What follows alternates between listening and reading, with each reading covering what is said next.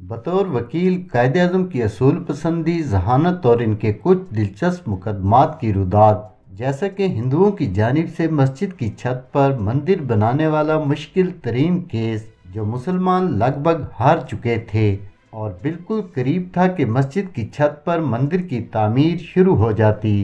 कायदे आज़म ने एक बारीक से नुक्ते की मदद से कैसे ये केस बआसानी जीत कर हिंदुओं के मज़मूम इरादों को खाक में मिलाया। इससे पहले कि हम वीडियो का बाकायदा आगाज़ करें, सब दोस्तों से गुजारिश है कि वीडियो को लाइक कर दें और अगर आप हमारे चैनल पर पहली बार आए हैं तो इसे सब्सक्राइब करें और घंटी के निशान को लाजमी दबा दें ताकि हमारी नई वीडियो सबसे पहले आप ही को मिल सकें। वाक़या ये था कि एक रोज़ दिल्ली के मुसलमानों का एक परेशान गिरोह इंतहाई पेचीदा केस लेकर कायदे आज़म मोहम्मद अली जिन्ना के चैम्बर में आया।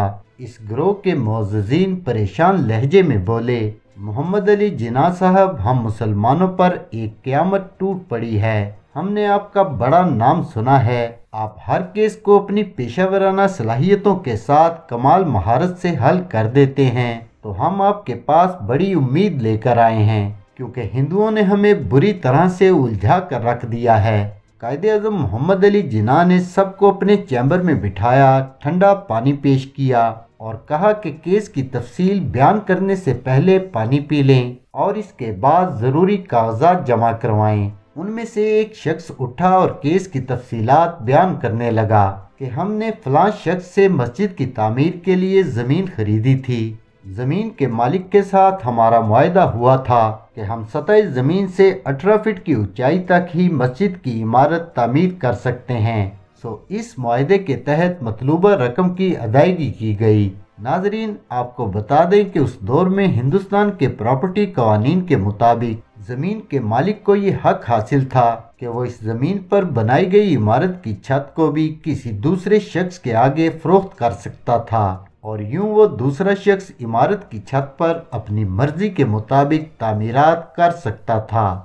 उस शख्स ने अपनी बात जारी रखते हुए मोहम्मद अली जिन्ना को बताया कि हिंदुओं को जब इस बात की भनक पड़ी कि मुसलमानों ने 18 फीट की ऊंचाई तक मस्जिद की तामीर के लिए ज़मीन खरीद रखी है, तो हिंदुओं ने ज़मीन के असल मालिक से मस्जिद की तामीर से 18 फीट ऊपर का हिस्सा खरीद कर मंदिर के लिए मुख्तस कर दिया।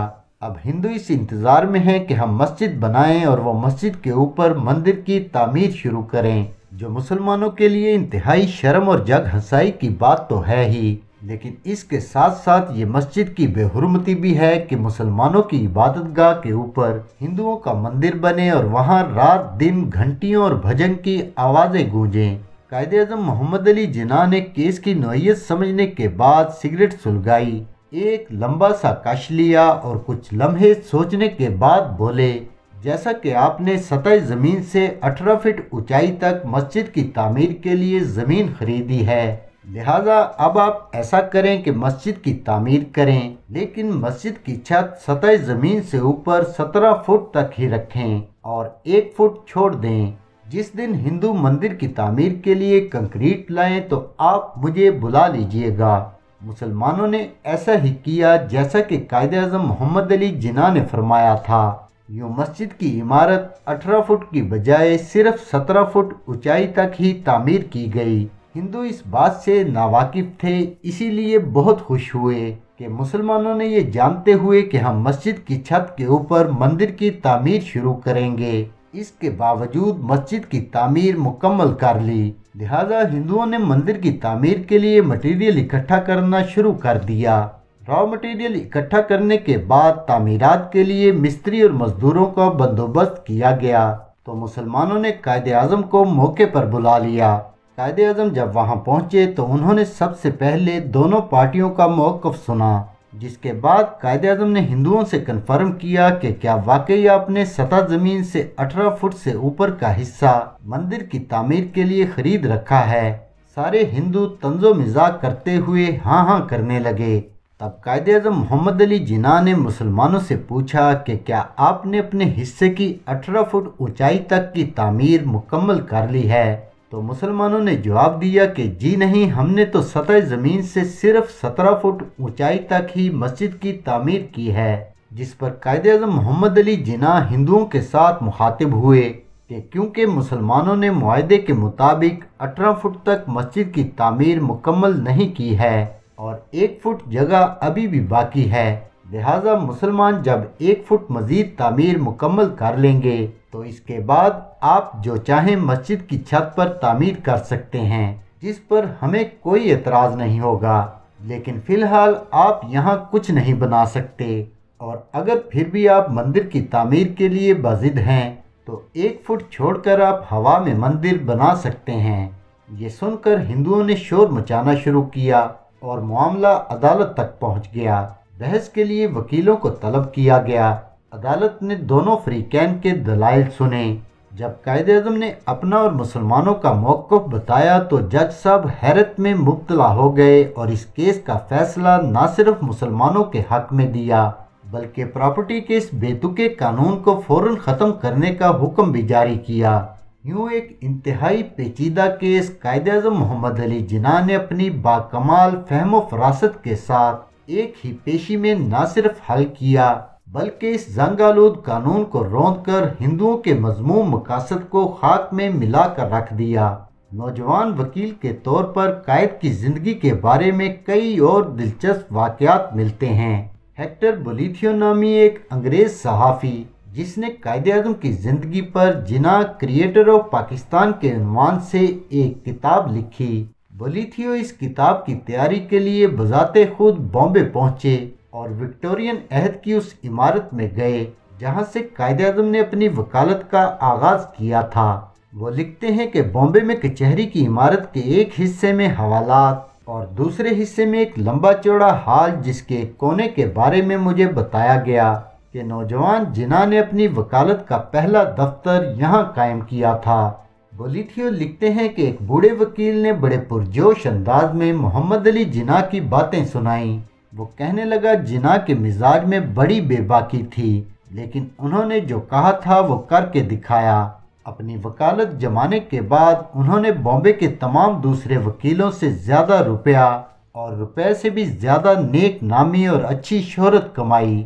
फिर बूढ़े वकील ने पास के एक दफ्तर से अपने 2 वकील दोस्तों को बुलाया जिन्होंने अपनी ज़िंदगी में मोहम्मद अली जिन्ना को देखा था और फिर तीनों ने बारी बारी मिस्टर जिन्ना से मुताल्लिक किस्से सुनाए। उनमें से एक शख्स मिस्टर जिन्ना को उस ज़माने से जानता था जब उनके माली हालात अच्छे ना थे, लेकिन उसका कहना था कि उस वक्त भी जिन्ना का उम्दा सिला हुआ लिबास उनका तुर्रे इम्तियाज़ होता था और उस मुश्किल वक्त में भी इंतहा की खुद एतमादी और बेबाकी उनके मिजाज का हिस्सा थी। उस पर यह कि उनकी दयानत भी इंतहा दर्जे की थी। मैंने कभी भी ये नहीं देखा कि उन्होंने कोई नाइंसाफ़ी या हेरा फेरी की हो। हेक्टर बोलिथियो लिखते हैं कि मिस्टर जिन्ना के तीनों साथियों ने उनके बारे में यादें समेटते हुए कहा, मिस्टर जिन्ना नहायत काबिल और धुन के पक्के इंसान थे और हमें यूँ महसूस होता था कि जज्बात का उन पर बहुत ज़्यादा असर नहीं होता था, लेकिन बहस में इनकी लियाकत और बर्तरी के हम सब कायल थे। वो गैर जज्बाती अंदाज में बहस के लिए अदालत में एक ख़ास अंदाज से खड़े होते, अपनी मोनोकल यानी एक शीशे वाली ऐनक लगाते और फिर आहिस्ता से जज की तरफ आंख उठाते। उनकी हरकतों सकनात से एक मुदब्बर का अंदाज झलकता था और यूं मालूम होता था कि वो सारी अदालत पर छा गए हैं। यही वजह थी कि मिस्टर जिन्ना का एक मौक्कल अदालत में उनकी कारकर्दगी से इस कदर मुतासिर हुआ कि उसने मुकर्रर मुआवजे के अलावा आपके लिए कुछ एक्स्ट्रा रकम भेज दी, लेकिन मिस्टर जिन्ना ने ये रकम वापस कर दी और एक पर्चे पर लिख भेजा कि आप मुझे जितनी रकम दे चुके हैं फीस इतनी ही तय हुई थी, बकाया रकम वापस भेज रहा हूँ क्योंकि इसे रखना बेअसूली होगी। कायद की वकालत ही के दौर का एक और दिलचस्प वाक़या जो इस किताब में दर्ज है कुछ यूँ है। उस ज़माने में बॉम्बे के एक मशहूर ताजर हाजी अब्दुल करीम थे जिन्हें किसी इल्ज़ाम पर अदालत में तलब किया गया। वो मिस्टर जिन्ना के पास गए और इनसे पूछा कि आप इस मुकदमे की कितनी फ़ीस लेंगे। कायद ने खरेपन से जवाब दिया 500 रुपये फ़ी पेशी। हाजी साहब मोहतात आदमी थे, पूछा मुकदमा कितना अरसा चलेगा और कहा कि मेरे पास कुल 5000 रुपये हैं, क्या आप ये सारी रकम बतौर मुआवजा कबूल कर लेंगे, خواہ मुकदमा कितनी देर लड़ना पड़े। कायद अपनी बात पर अड़े रहे और कहा कि मैं ये रकम कबूल नहीं करूँगा क्योंकि मेरी फ़ीस 500 रुपये फ़ी पेशी है। या तो आप मुझे मेरी फ़ीस पर कबूल करें या कोई और वकील तलाश कर लें। हाजी अब्दुल करीम ने उनकी शर्त मंजूर कर ली और कायद ने ये मुकदमा महज 3 ही तारीखों में जीत लिया। यूँ कायद की फ़ीस 1500 रुपये बनी जो उन्होंने बखुशी कबूल कर ली। एक और वाक़या भी सुन लीजिए। एक अमीर हिंदू ज़मींदार ने जब मिस्टर जिन्ना की भारी फ़ीस पर उनसे एहतजाज किया तो मिस्टर जिन्ना बोले कि क्या आप 3rd क्लास की टिकट पर 1st क्लास में सफ़र करना चाहते हैं? मेरी जो फ़ीस है वो मैंने आपको बता दी है। आपको अगर मंजूर नहीं तो कोई दूसरा वकील कर लें जो आपकी तजवीज़ करदा फ़ीस पर काम करने के लिए तैयार हो। कायदे-आज़म की असूल पसंदी और दयानतदारी से मुताल्लिक एक दिलचस्प वाक़या लाहौर के मशहूर वकील और सियासी लीडर दीवान चंद लाल ने भी लिखा है कि एक बार एक शख्स मोहम्मद अली जिन्ना के पास अपना केस लेकर आया और कहा कि मेरे मुकदमे के कागजात पढ़कर इस पर अपनी राय दे दें। कायदे-आज़म केस स्टडी करने के हवाले से फ़ी घंटा के हिसाब से फ़ीस लिया करते थे। कागजात क्योंकि बहुत ज़्यादा थे लिहाजा मोक्कल ने इंतहाई चालाकी से काम लेते हुए कायदे-आज़म को लमसम 10,000 रुपये की पेशकश की, लेकिन मोहम्मद अली जिन्ना क्योंकि असूलों पर समझौता नहीं करते थे लिहाजा उन्होंने 10,000 की ये पेशकश ठुकरा दी और फाइल को फ़ी घंटा के हिसाब से ही पढ़ने पर जोर दिया। इस पर उस शख्स ने मोहम्मद अली जिन्ना के हाथ में 10,000 थमाते हुए कहा कि सर आप कागजात पढ़ना शुरू करें और जब रकम ख़त्म हो जाए तो जहां तक पढ़ा हो वहीं पर बस कर दीजिएगा। लिहाजा इस शर्त पर जिन्ना राज़ी हो गए। यूँ कागजात पढ़ने में जो वक्त सरफ हुआ इसका मुआवजा सिर्फ 3,500 रुपये बना।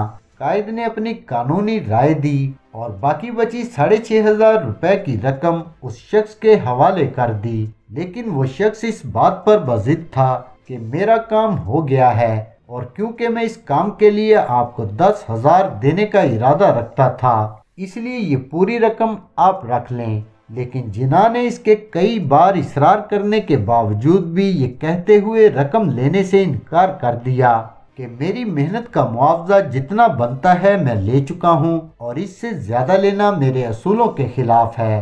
कायदे-आज़म मोहम्मद अली जिन्ना की बेबाकी की अगर बात करें तो आप कमरा अदालत में जज साहिबान और आला ओहदेदारान को आड़े हाथों लेते हुए किस तरह से खरी खरी सुना दिया करते थे ये जान पाएंगे आप बायोग्राफी ऑफ कायदे-आज़म के 13वें पार्ट में। और अगर आप बायोग्राफी ऑफ कायदे-आज़म की पिछली तमाम वीडियोस देखना चाहते हैं तो प्लेलिस्ट का लिंक लास्ट में मौजूद है। आई होप कि ये वीडियोस ना सिर्फ आपको पसंद आ रही होंगी बल्कि आपकी मालूमात में इजाफे का बाइस भी बन रही होंगी। सो हमारी हौसला अफजाई के लिए इन्हें लाइक करें, शेयर करें और इन्फोजिया चैनल को सब्सक्राइब करने के साथ बेल आइकॉन को भी प्रेस कर लें। नीचे कमेंट सेक्शन में हमें अपनी कीमती राय से भी नवाजें। फिर मिलेंगे बायोग्राफी ऑफ कायदे-आज़म के अगले पार्ट के साथ। अल्लाह हाफिज।